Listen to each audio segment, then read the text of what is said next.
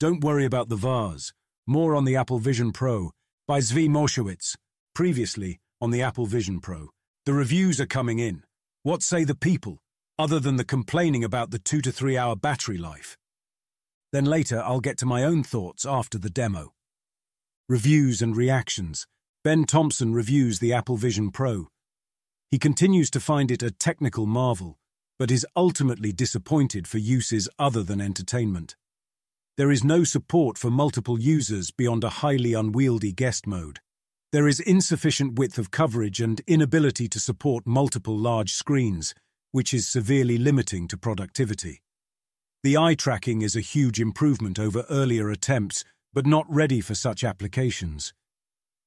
Ben anticipates that Apple will fail over time to evolve the product to support the things that would enable it to be a killer productivity app, which is what he was most excited about.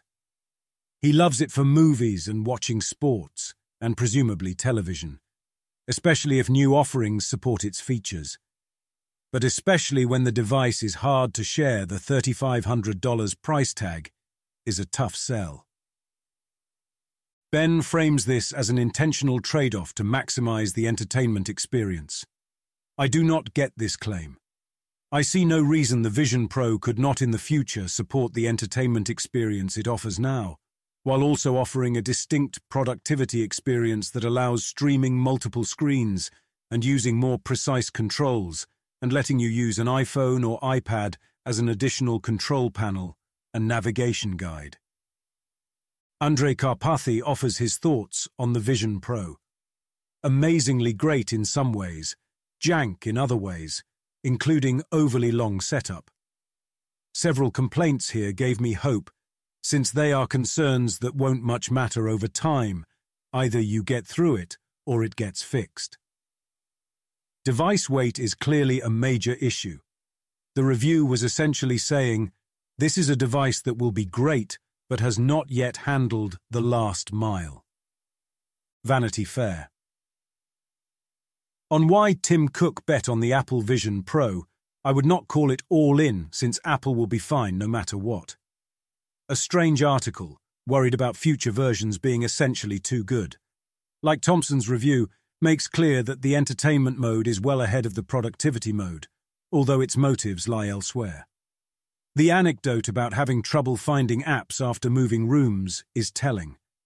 Aaron Slodov says, "It's amazing, and this is the future," as he moves objects around a room.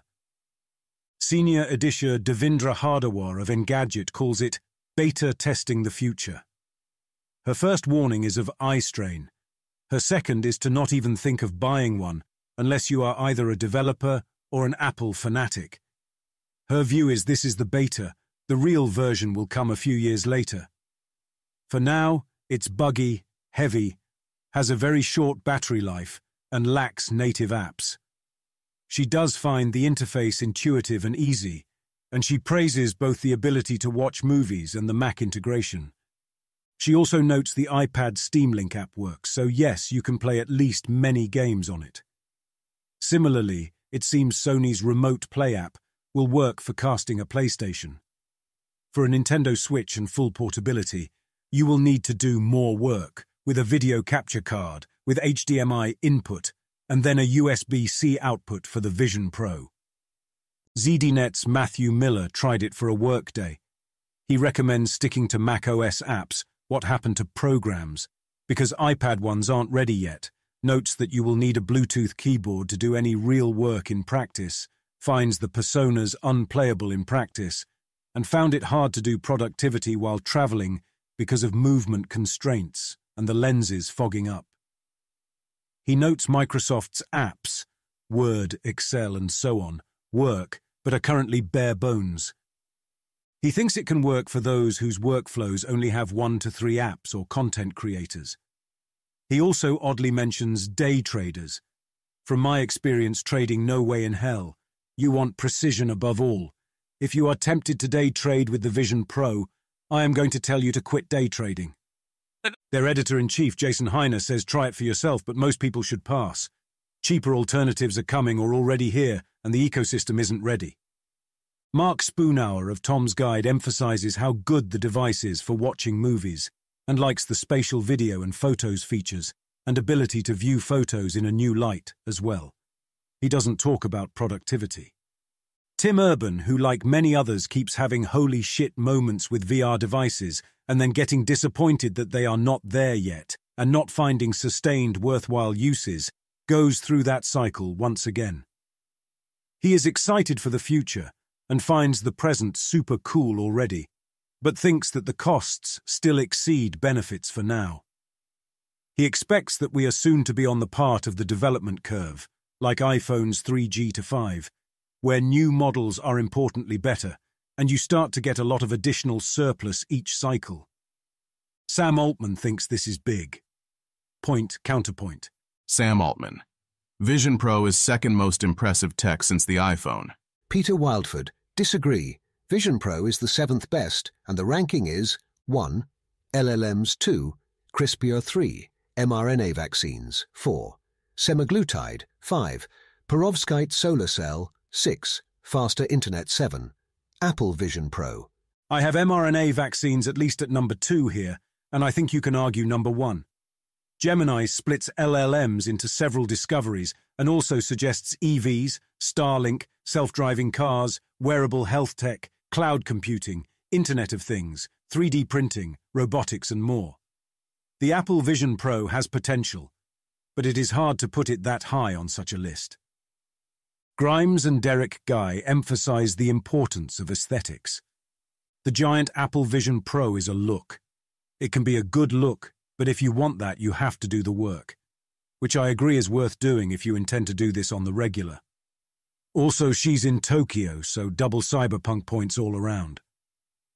Derek Guy. Aesthetically, this is basically how you have to dress to make things like the Vision Pro and Cybertruck look cool. These things mainly look bad in public because there's no congruity between the business casual gear most PPPL wear and these futuristic designs. Grimes. Good aesthetics are a moral good and directly related to the health of society. The difference this woman and me? She makes this look good.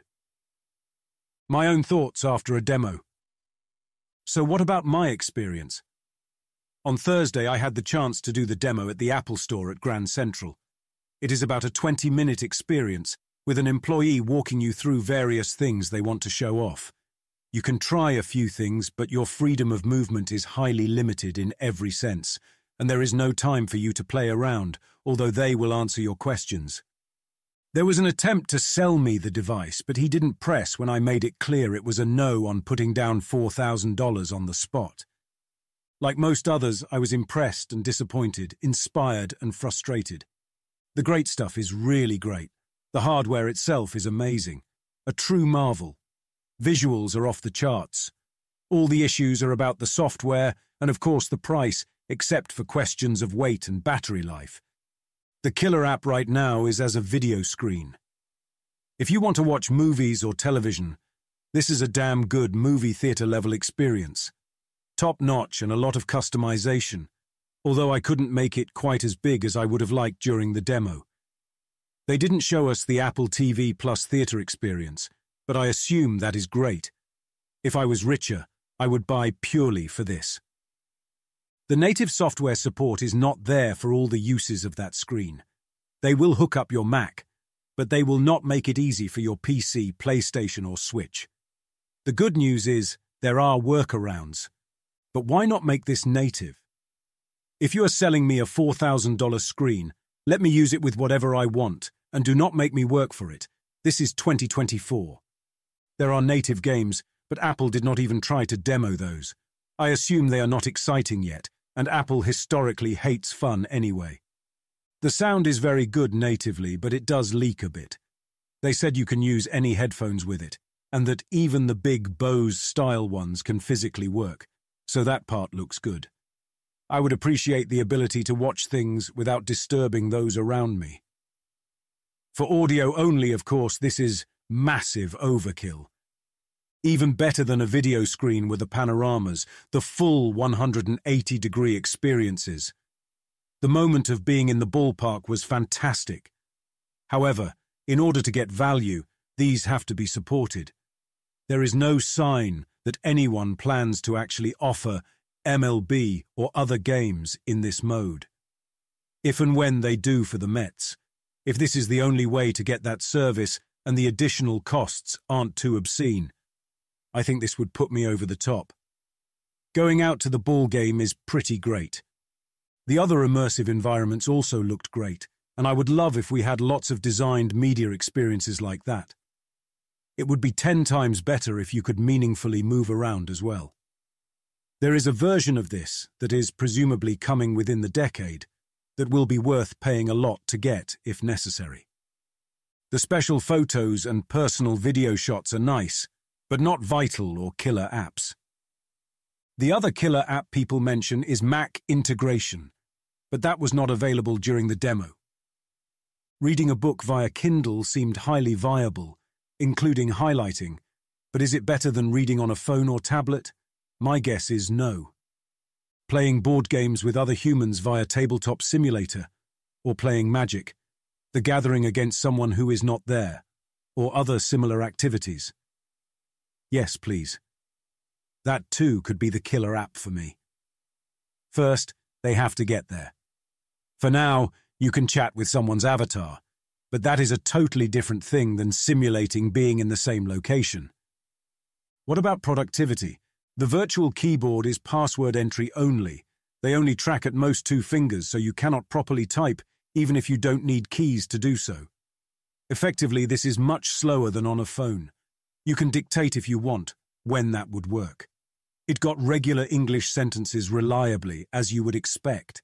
For my name, it thought I had a very different and very Asian name. Whoops.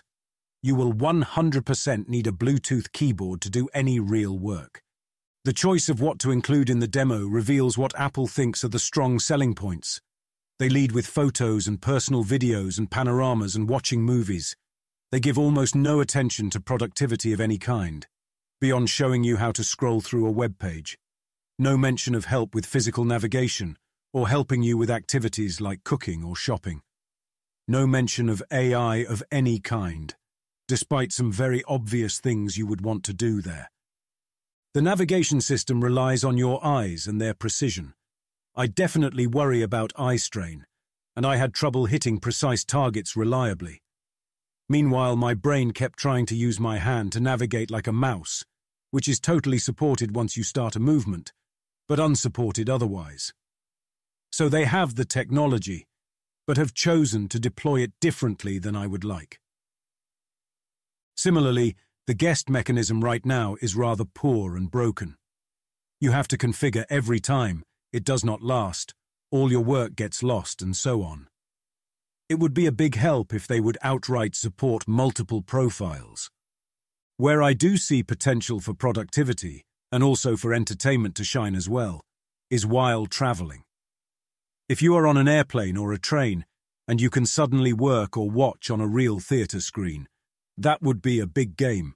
Travel enough, and it is well worth paying for that. Or it could even enable more travel. So overall, yes, I see the potential. This could be an insanely great device with proper software support, both from Apple and support from others. Already it is likely a great device for watching movies. For other purposes, the software and ecosystem are not there yet. To buy or not to buy? I said in my previous post that I expect the Apple Vision Pro is either worth far more than the price or it is worth very little, but it was unlikely to be something in between. Could this still be a dud? Absolutely. What I do not expect is something I'd have been happy to pay $500 or $1,000 for, but not $3,500. Either the game will be changed or it won't be changed quite yet. I can't wait to find out. What I neglected to think about was the possibility that it would be a great device for narrow use cases, while not being good enough for other use cases. In this case, that one killer app that I am confident in right now is as a way to watch movies. Also television or YouTube or other video potentially, but especially movies where you want to give your full attention, and they are designed for the biggest possible screen. Meanwhile, it is plausible that the other uses are still stuck at zero value until they get a lot better, given the costs of the mode shift involved, the extent to which Apple is protecting its ecosystem, and the potential isolation effects. It is also plausible they are not zero value at all. I can see a MacBook Air plus a Vision Pro being very good for productivity, and I can see a lot of value in gaming as well. And if they ever get the sports panoramas online, we're golden. If you are buying an at-home movie theater level experience, including watching other things if they are high enough resolution to support that, what is that worth on its own? So here we are, where I know I would pay $1,000 for the device, but am unsure whether I am willing to pay approximately $5,000, on the assumption that this implies being willing to also buy a MacBook Air. What say you, dear readers? Should I take the plunge? Poll on original post.